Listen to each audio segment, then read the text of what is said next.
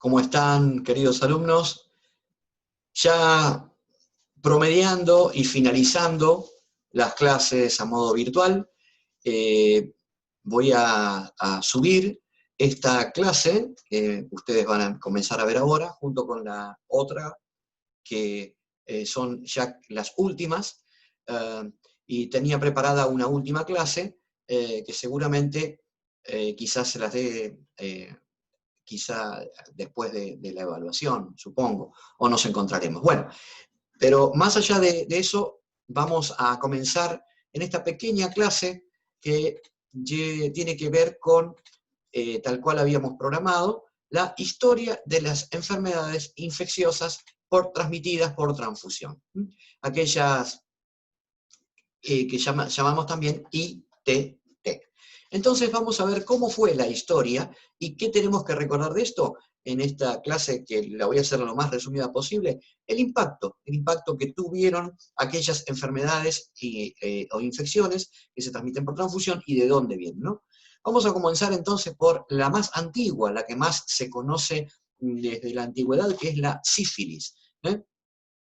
Y es la primera, además de ser una infección antigua en el mundo, es la primera que se conoce en la historia de la transfusión. Y tenemos que saber que esta infección es principalmente de transmisión sexual, principalmente. Por supuesto, obviamente se transmite también a través de la transfusión. Se la llama enfermedad venérea. ¿Y por qué venérea? Por la diosa del amor, Venus. Viene de ahí la palabra venérea.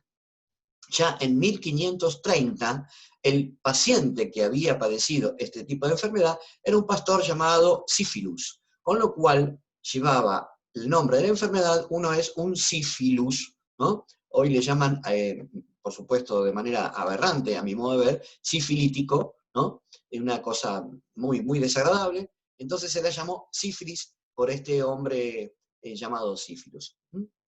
También, y esto es la propiedad, se la llamó lues, que viene del latín, que es epidemia, porque ha causado estragos esta infección en aquellas épocas, no solamente porque era muy contagiosa, sino porque además no había tratamiento.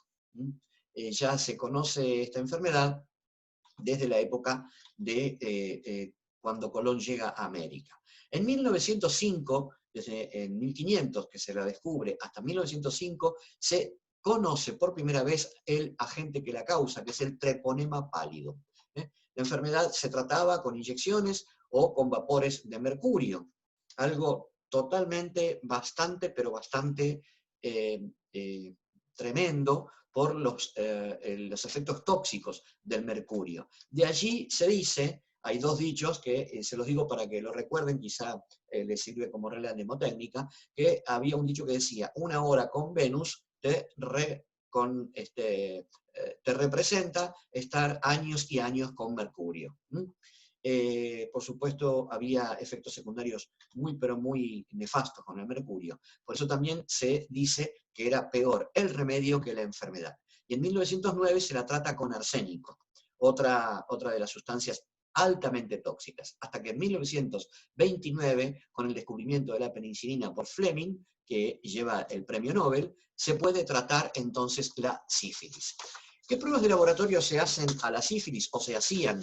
La prueba de Wassermann en 1906, y ya en 1960 la VDRL, que es la que hoy es la que se realiza.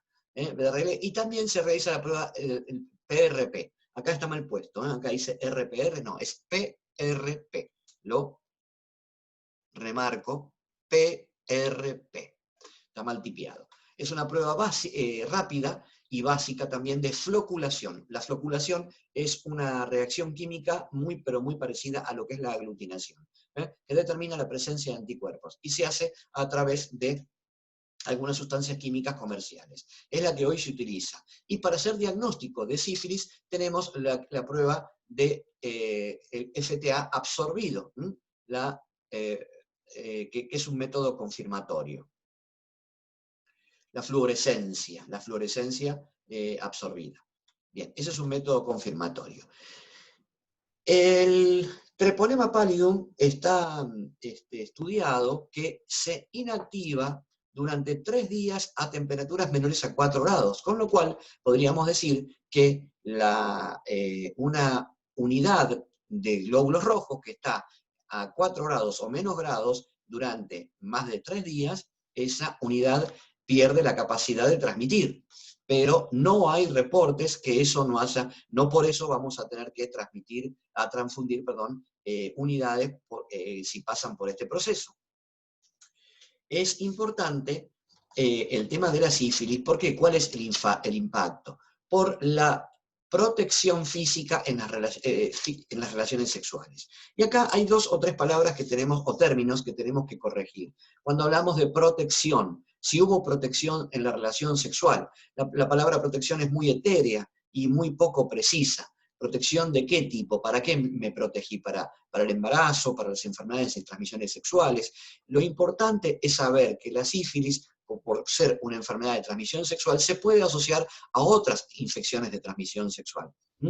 Imagínense que a mediados del 1500, el doctor Falopio, el que descubre y lleva su nombre, las trompas de Falopio, dice que había que colocarse en el glande, en las relaciones sexuales, algún antiséptico y algún tipo de lino que lo cubra a modo de preservar este tipo de transmisión de enfermedades. Por supuesto, después aparecieron las membranas biológicas, el caucho, cosa totalmente bizarra si lo vemos desde este punto de vista. Pero, por supuesto, con el advenimiento del látex se le dio paso a lo que hoy se conoce como los preservativos totalmente controlados. Pero, no obstante, podemos proteger a veces de algunas infecciones, como es la sífilis, pero no de otras, como puede ser el herpes genital y el VIH, que atraviesa los poros porque el treponema puede que no los atraviese, pero el virus del VIH sí. Entonces, es importante decir que la sífilis está relacionada con las enfermedades de transmisiones sexuales. Y generalmente, lo que antes era una endemia, no digo una pandemia, pero sí era endémico, y característico de las relaciones sexuales, la sífilis, las personas que han tenido sífilis actualmente, que por supuesto tienen tratamiento, muchas veces llegan a un secundarismo, a un terciarismo, que son otras fases de la infección, que a nosotros no nos interesa en esta clase. Pero sí nos interesa la estrecha relación de las personas que han tenido sífilis y con la donación de sangre, por la relación con otras patologías que son quizá mucho más importantes, que son de transmisión sexual. Tenemos también en nuestro país una enfermedad muy, pero muy importante, y muy solapada, hay gente que no conoce que la tiene, que se llama el mal de Chagas. Ya en 1909, Carlos Chagas, un brasilero, le identifica en la sangre el Trypanosoma cruzi, que lo transmite un vector que es la vinchuca. El parásito se transmite por la vinchuca. En 1936, Massa descubre que la transmisión también se realiza por sangre, con lo cual, por eso es tan importante, en 1952 se describe la primera transmisión por transfusión. Entonces se le comenzó a colocar a la sangre violeta de genciana como un método de inactivación, y fue uno de los primeros métodos de inactivación que hoy, por supuesto, está totalmente desactualizado, a la unidad de sangre para inactivar. ¿Por qué digo que está desactualizado? Porque hoy los procesos de laboratorio, las técnicas de detección son mucho, pero mucho más avanzadas, hay de tercera y de cuarta generación, entonces no tenemos que realizar esto, que sería colocarle algo a la sangre que puede producirle algún daño al receptor y modificar sus propiedades. Recuerden que el Chagas es endémico en América Latina. Aquí tenemos al doctor Chagas y al doctor Massa, y en el medio el vector, que es la vinchuca. ¿Qué pruebas se hacían antiguamente? Una prueba que mucha gente mayor, profesionales mayores conocen, Machado Guerreiro, ya no se hace más, y una prueba que todavía tiene vigencia, que es la hemoaglutinación, un soporte en glóbulos rojos de carnero para poder realizar un procedimiento de hemoaglutinación directa o indirecta. Actualmente, ¿qué se utiliza? ¿Qué utilizamos en los bancos de sangre? 2 métodos. Es por ley, hay que hacer el Chagas por 2 métodos. ¿Por qué? Porque las técnicas aún son muy poco específicas y son más sensibles. ¿Qué métodos utilizamos? El método de ELISA y el método de aglutinación de partículas. Con eso nos aseguramos el tema de la existencia o no de los anticuerpos para el Chagas. Pasamos a otra de las infecciones transmitidas por transfusión, muy pero muy importantes, que son las hepatitis. Producidas de hepatitis saben que se producen por virus, virus A, virus B, virus C, virus D y E. Pero lo que nos interesa, por supuesto, a nosotros, a los bancos de sangre, son aquellas que se transmiten por sangre. Entonces, no las que se transmiten por otras vías. ¿Cuáles son las que se transmiten por sangre? El virus B y el C. La hepatitis A no se transmite por sangre. Hay pocos reportes que han dado transmisión de hepatitis A por sangre. Entonces, como sabemos que no se transmite por sangre, los reportes que hubo son excepcionales, entonces nosotros hacemos el tamizaje a nuestras unidades para la hepatitis B y para la hepatitis C. También llamado antígeno australiano, cuando escuchen hablar de antígeno australiano, es como de Machado Guerreiro, es para el Chagas, lo mismo es esto para la hepatitis, esas son las determinaciones que se usaban antes. Hoy, ¿qué se utilizan? El método de ELISA para el antígeno de superficie de la hepatitis. O sea, el antígeno que está en la superficie del virus. Y además, nosotros hacemos la detección del anticuerpo del antígeno que está, la detección del antígeno que está en el centro, el core. Y hay la segunda hepatitis, que es la hepatitis C, se conocía hasta hace muy poco, 20 o 30 años atrás, no se conocía como hepatitis C y entonces se la llamaba no A, no B. Hoy sabemos perfectamente que es la hepatitis C y en este momento nuestros bancos de sangre, ¿qué hacemos? La determinación del antígeno y del anticuerpo de la hepatitis C. Por supuesto, tanto como para las hepatitis B, C y para el HIV, algunos bancos de sangre, y en su mayoría, realizan la prueba de biología molecular o la amplificación del ARN por PCR. ¿Para qué?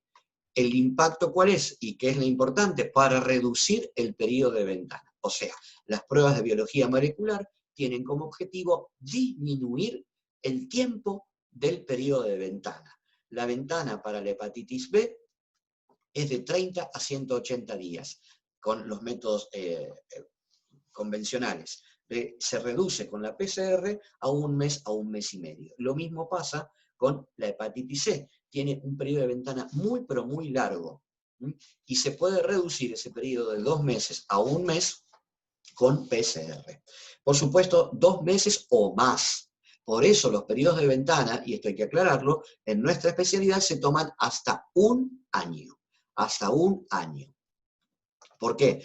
¿Qué es el periodo de ventana? La definición de periodo de ventana, ustedes la conocen, pero no está de más repetirla, es el tiempo que se establece entre que una persona tiene contacto con el virus infectante, ingresa al organismo, y desde ese momento hasta que la persona tiene síntomas y es compatible y se diagnostica la enfermedad o la infección, o en su defecto se detecta la presencia del antígeno o del anticuerpo, según sea la infección, en sangre, ese tiempo que transcurre, que puede ser hasta un año desde el momento de la infección, es el tiempo silente, el tiempo que no se sabe porque el donante no conoce que está infectado. Lo que sí conoce, que tuvo una situación de riesgo, como nosotros llamamos, o una exposición al virus. Por eso es importante lo que vamos a decir al final de esta clase.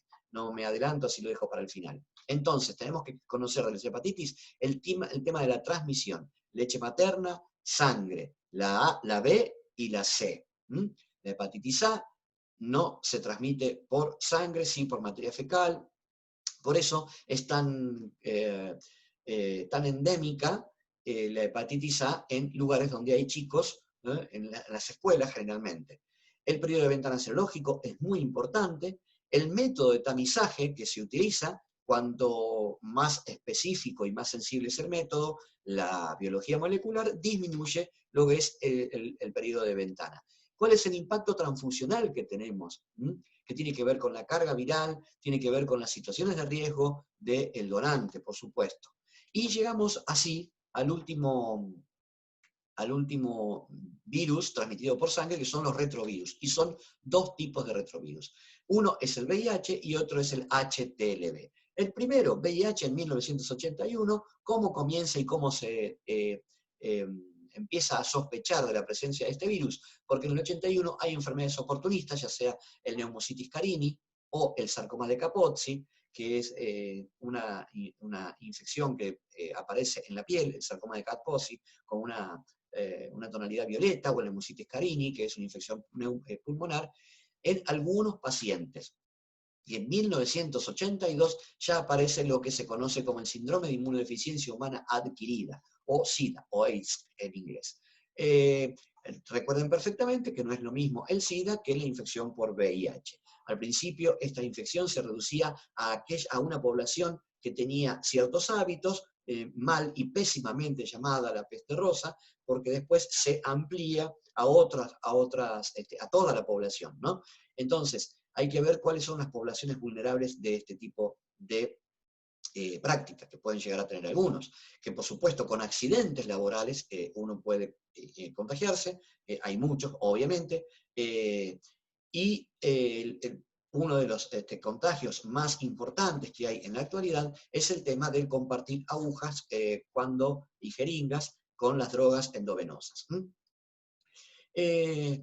Ahí lo nombro porque esto fue pero muy importante, los hemoderivados de los cuales se obtenía el concentrado del factor 8 para las patologías de la hemofilia A y la hemofilia B, esos concentrados hasta el año 1970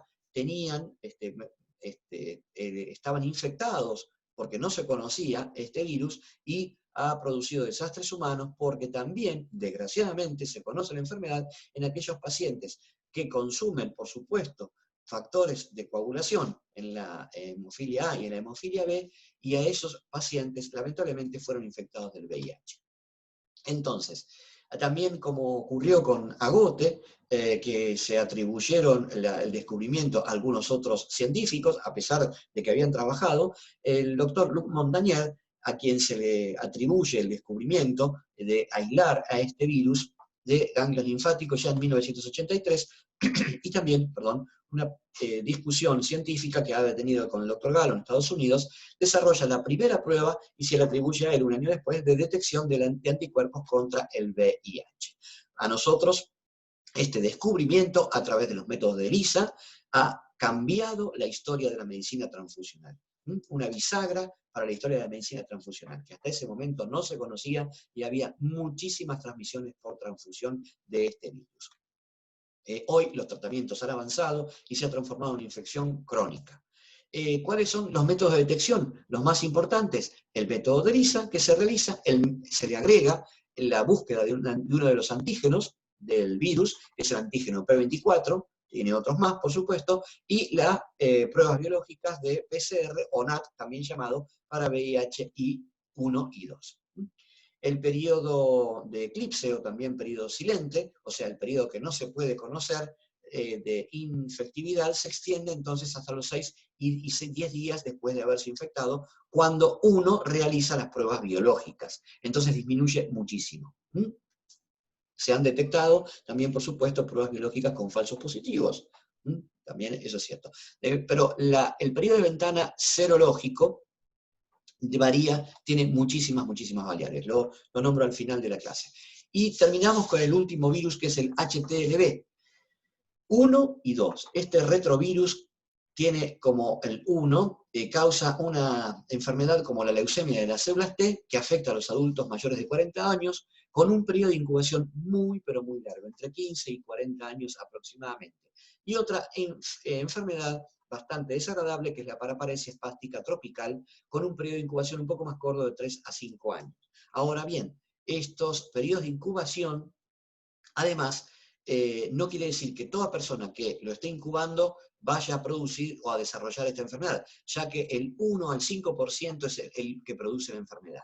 Así que fíjense que, a pesar de ser una enfermedad, hay muchos asintomáticos, a pesar de ser una enfermedad que no se manifiesta la enfermedad si la infección existe. Por eso es tan importante la detección en los bancos de sangre.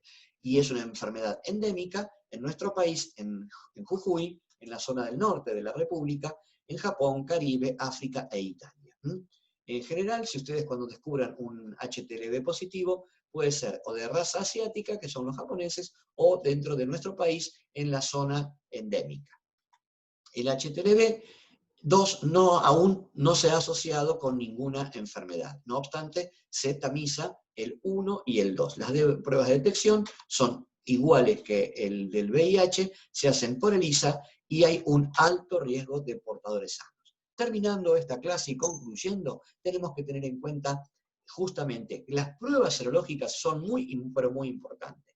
Que el avance del descubrimiento de las pruebas de segunda y tercera generación, como es ahora, y cuarta generación, o sea, el desarrollo de pruebas exquisitas, donde la sensibilidad, buscan alta sensibilidad y alta especificidad para encontrar el virus, son muy importantes. Pero también es pero muy importante tener en cuenta el aspecto del periodo de ventana. O sea, que yo digo, y quizá no se va a llegar nunca a poder suplir el periodo de ventana, porque no va a haber una determinación de laboratorio que pueda captar en la persona y desestimar el periodo de ventana. ¿Qué quiere decir esto? Si yo hace 24 horas tuve una situación de riesgo o una exposición, o me corté con sangre contaminada, que conozco que la sangre estaba contaminada con hepatitis C, difícilmente hoy que me haga el análisis yo pueda encontrar ya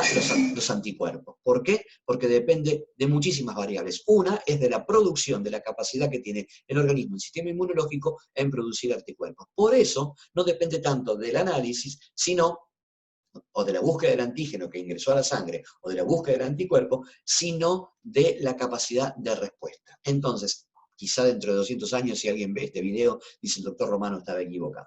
Entonces, el periodo de ventana es muy importante, que hay que tenerlo en cuenta al momento de la entrevista del donante. Por eso, la entrevista del donante, y se los digo con conocimiento de causa porque participé de muchos trabajos científicos en este sentido, que mejorando la entrevista del donante, ya sea con la confidencialidad, con el modo de comunicar, con la apertura que uno tiene que tener hacia el donante, específicamente aquellos que no conocen de la donación, hacerles, hoy más que nada en esta pandemia, entendemos lo que es la responsabilidad individual. Bueno, justamente la responsabilidad individual que tienen los donantes, porque no vienen solamente a poner el brazo y a dejar su sangre, sino tienen que tener conciencia de su situación de salud. La entrevista del donante, la autoexclusión previa para todo esto. Darle a leer, darle a conocer, hacer campañas, que el donante no se tiene que presentar, entre comillas, ignorando lo que sucede o cuáles son las condiciones para poder donar sangre. Muchas veces se ven atosigados porque tienen que cumplir con un número, porque tienen que llevar un número, pero no por eso hay que dejar un bien superior que es que el donante pueda calificar a través de los procesos de la donación. La autoexclusión previa y la autoexclusión post-donación. Es importantísimo darle el espacio para que, aunque ya haya pasado la entrevista, aunque haya leído antes, aunque haya hecho la extracción de sangre efectiva y la sangre esté allí, el donante todavía tiene la oportunidad de decir: no utilicen mi sangre en forma confidencial. Y eso es fundamental. Y si dice que no, por supuesto, no se le pregunta: señor, ¿por qué dijo que no? Llegó hasta este momento. No se le pregunta. Por eso es tan importante que la autoexclusión post-donación sea post-donación, cuando termine la donación, no cuando termine la entrevista y llene el papelito. Como dicen muchos: yo se lo firmo, yo le pongo la cruz ahora mismo. No, señores, sino se pierde el fundamento de la autoexclusión. La información al donante previa a la donación es muy importante. Por eso es tan importante las campañas de donación de sangre. Y por supuesto, cuando los donantes conocen sobre la importancia de la donación, no solamente la importancia del bien que puede llegar a ser, sino la importancia de mi salud como donante, y yo me ofrezco como donante, entonces que el donante se sienta libre, no coercitivo. Por eso es tan importante las donaciones de las personas que son voluntarias, altruistas y en forma repetida. Aquella persona que dona sangre en forma repetida y voluntaria es la que menos exposición tiene porque está consciente de lo que está haciendo, que si llegara a tener alguna situación de riesgo, no se presenta. Y conoce el tema, los meses, cuánto hay que dejar pasar para una cosa o para la otra cosa, ¿sí? Así que esto es lo más importante de la clase, porque es el impacto que tiene el tema de las infecciones transmitidas por transfusión que hemos hablado y que nosotros en el laboratorio de medicina transfusional realizamos el tamizaje. Por supuesto, más allá de que avance la tecnología y tengamos mejores pruebas, menos falsos positivos y menos falsos negativos. Señores, hasta aquí llegó esta clase del avance de las infecciones que se transmiten por transfusión y su impacto, como siempre decimos, en la medicina transfusional. Nos vemos, de atención voluntaria ya la dije. Muy bien, nos vemos en la próxima. Hasta pronto.